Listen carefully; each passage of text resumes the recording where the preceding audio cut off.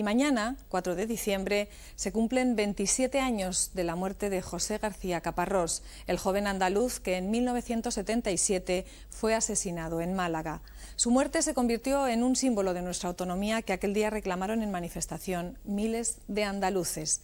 Hace 2 años, coincidiendo con el 25º aniversario de aquellos incidentes, les ofrecimos un reportaje que hoy repetimos, en el que la familia de Caparrós pedía para él un reconocimiento público. Pues bien, el Ayuntamiento de Málaga por fin le ha nombrado hijo predilecto y le ha entregado la medalla de la ciudad a título póstumo.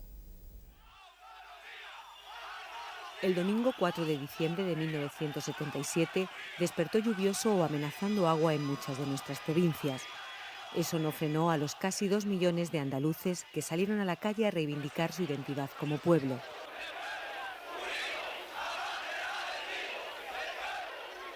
Ese año estrenábamos un Parlamento democrático que se iba a encargar de elaborar nuestra Constitución y el Estado de las Autonomías.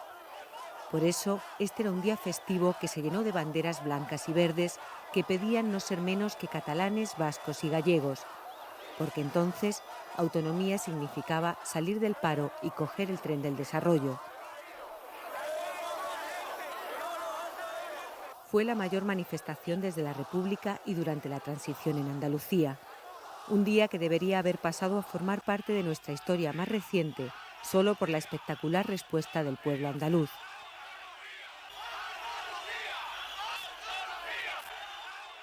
Pero en Málaga la fiesta pro autonomía se tiñó de sangre, la del joven Manuel José García Caparrós. ¿Quién lo mató? ¿Por qué? 27 años después, los sucesos en torno a esta muerte siguen llenos de incógnitas.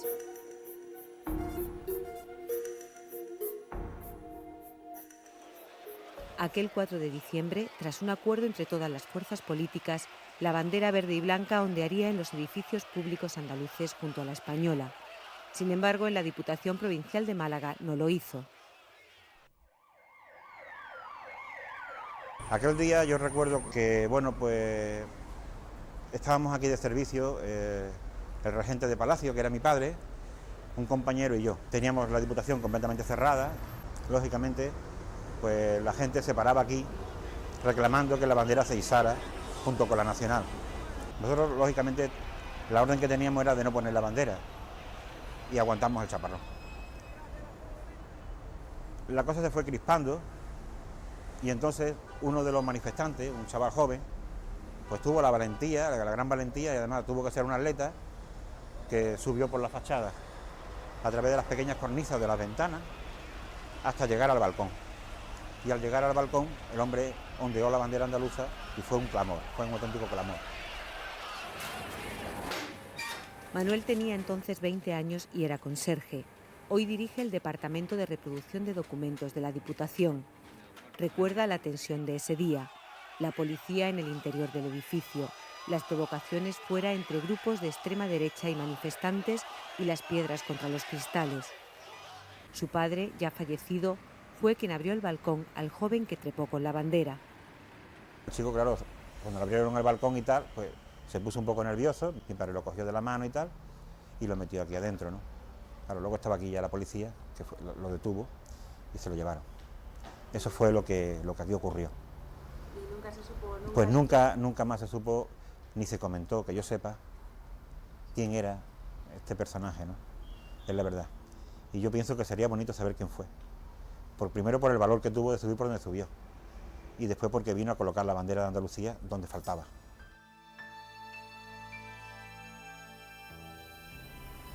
Aquí fue donde nos pilló a nosotros en la manifestación y vimos que era el hermano de ella, que era mi cuñado, que era Juan Manuel. Nos dimos cuenta que estaba subiendo y poniendo la bandera aquí en la Diputación, la bandera andaluza, y fue que nos pilló aquí en la misma manifestación, aquí a 20 metros, y nos dimos cuenta que era él, y ella pues empezó a llorar, se asustó con lo normal, porque abrieron las puertas y se llevaron al hermano esposado. Por desgracia, el hermano de Estrella no puede ya contar su historia.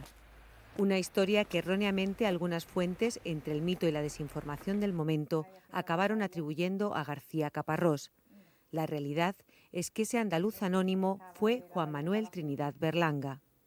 Parece mentira de que haga ya mañana 2 años que ya no está aquí.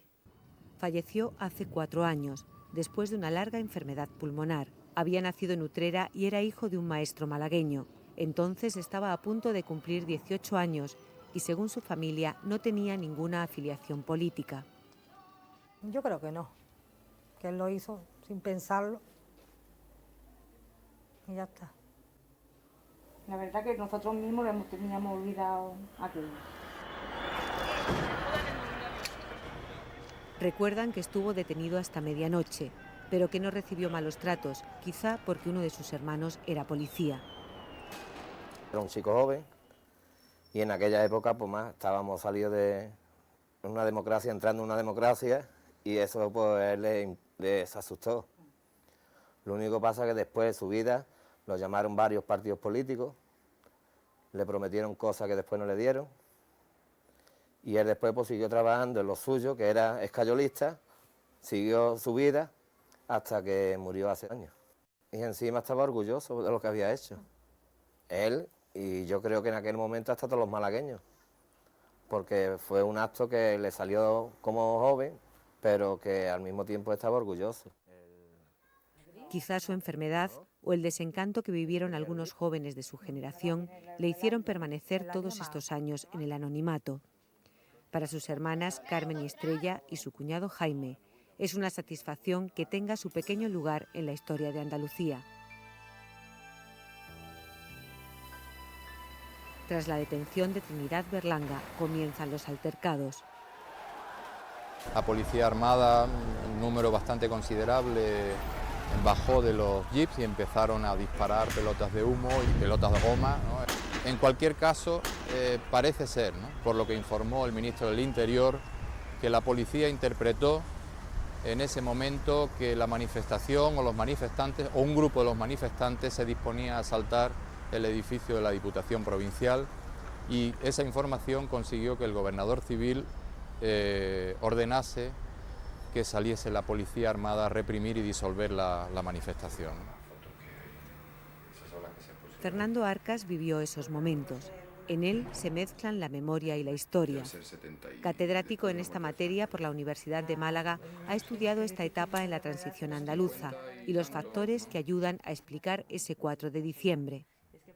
La generación de la guerra civil, que entonces estaba activa, tenía la memoria de la guerra, de la dificultad de conseguir una democracia estable en España, ¿no? La componente del miedo me parece esencial para comprender exactamente cómo fue el 4 de diciembre, ¿no?, y cómo fue aquella época, ¿no? Creo que otro factor importante a tener en cuenta es el peso que tenían dentro de la administración del Estado y sobre todo dentro de las fuerzas del orden público y dentro del ejército, los sectores de la ultraderecha y los sectores franquistas que estaban moralmente,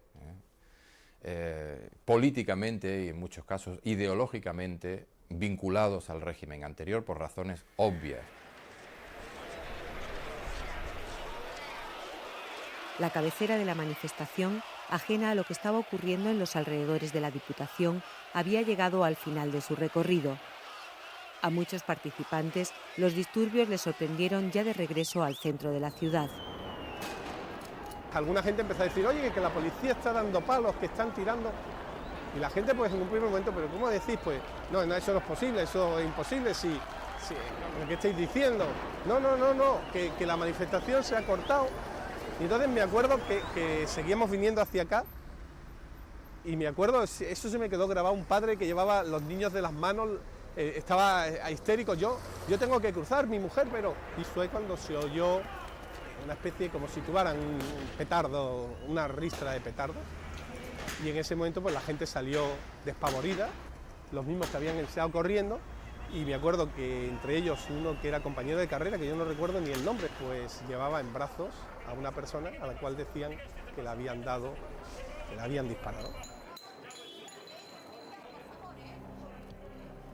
El herido era Manuel José García Caparrós. Tan solo tenía 18 años. Ingresó cadáver en el Hospital Carlos Haya, donde hoy trabaja como médico César Aragón, uno de los muchos testigos de aquellos momentos. En el certificado de defunción consta que la muerte fue consecuencia de una hemorragia interna por herida de arma de fuego. Aquí fue donde murió García Caparrós. El impacto de la bala quedó en la pared y él cayó en esta zona y poco a poco la sangre fue cubriendo la parte de la acera. El periodista Juan de Dios Mellado es uno de los testigos más cercanos al suceso. Sintió tan cerca los disparos que por instinto se tiró al suelo. Él tiene pocas dudas sobre quién apretó el gatillo. Yo hubiera detectado perfectamente a los dos policías que vi con la arma en las manos. Uno sé que era teniente porque era el que mandaba, pero yo vi el otro. 1,80, 1,82, grueso, alto, fuerte, enormemente nervioso. Yo no he visto una persona más nerviosa con una pistola en la mano porque lo tenía a pocos pasos. Bueno, pensamos mucho que esta fue la persona que disparó, pero es un supuesto. Y aunque yo sepa el nombre, sepa sigla todo esto, no puedo porque no hay nada que la justicia, basándose en la investigación judicial, pueda demostrar que fuera esta persona. ¿Quién era Caparrós? Caparrós era un muchacho joven que trabajaba en Cerveza Victoria de temporero y que estaba afiliado a Comisiones Obreras desde hacía un año o quizá menos. No militaba en ningún partido y salió a manifestarse aquel día pues como 250.000 de malagueños que salieron aquel día. No era dirigente de nada, no era una persona significativa y le tocó porque aquel día pues por lo visto alguien se tenía que morir. Leopoldo del Prado es abogado laboralista. En esa época llevaba un pleito para intentar convertir en fijos temporales los contratos de 40 trabajadores de la fábrica de cervezas. Entre ellos estaba García Caparrós. X4 para J1, cambio. Aquí tenemos grupos pequeños, no muy numerosos, pero que nos traen jaque continuamente. Como hay tantas callejuelas por aquí, nos apedrean de diferentes calles. Tras la muerte del joven, la ciudad se vio envuelta durante 3 días en un auténtico estado de sitio. Barricadas, roturas de escaparates de bancos y comercios, incendios. La represión de la policía fue brutal.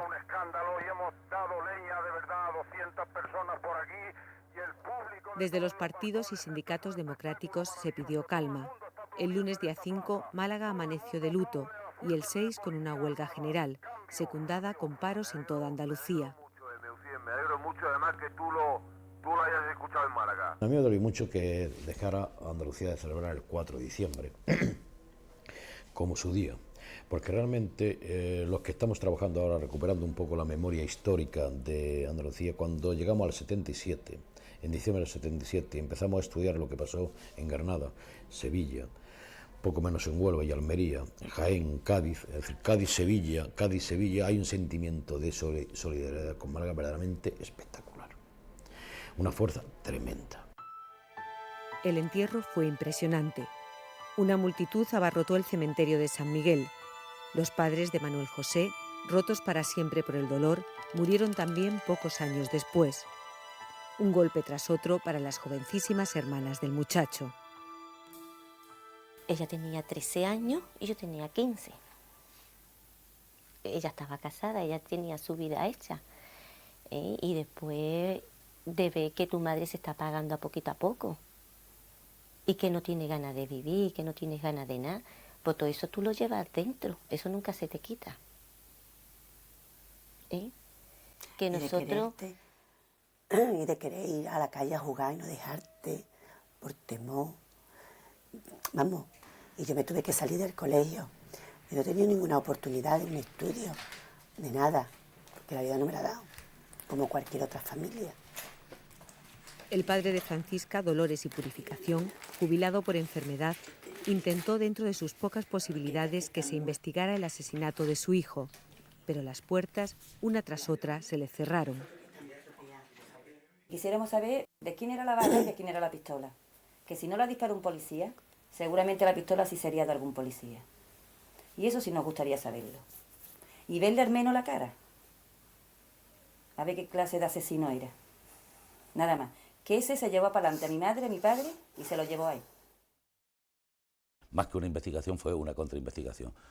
El abogado y alguna gente intentaba aportar nuevos datos, nuevos testigos, nuevas pruebas, y el juez sistemáticamente intentaba impedir que esos testimonios quedaran, que esos testimonios tuvieran trascendencia o que pruebas materiales siguieran en el sumario. Y al final se cerró. Y al final consiguió archivarse y bueno, muerto por bala desconocida, porque ya no solo por personas, sino hasta la bala era desconocida porque se había perdido. Creo que en el fondo, de nuevo, nos encontramos con la coyuntura, ¿no? Con la coyuntura política, una coyuntura en la que todo el mundo tenía que ceder, ¿no? Con objeto de salvaguardar un proceso que, ya digo, era muy difícil y muy complejo hacia la democracia.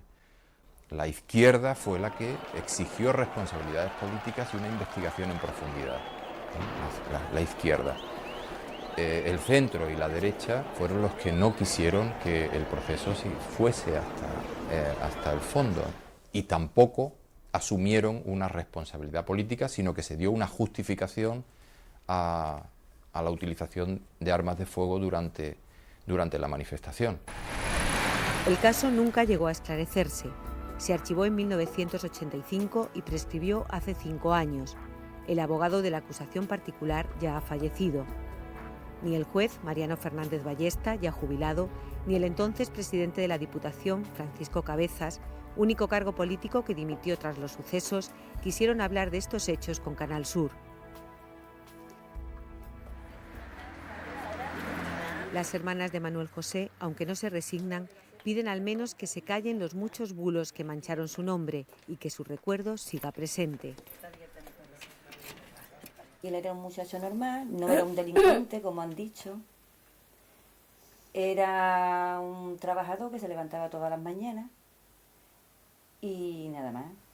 Y el día que lo mataron, llegaron incluso a decir que llevaba una pistola, que llevaba 200.000 pesetas. Que yo me parece que 200.000 pesetas en aquel tiempo tendría muy poca gente. Hace 2 años una placa recordó el lugar donde fue asesinado. Hoy Manuel José García Caparrós ha sido nombrado hijo predilecto de Málaga y ha recibido la medalla de la ciudad.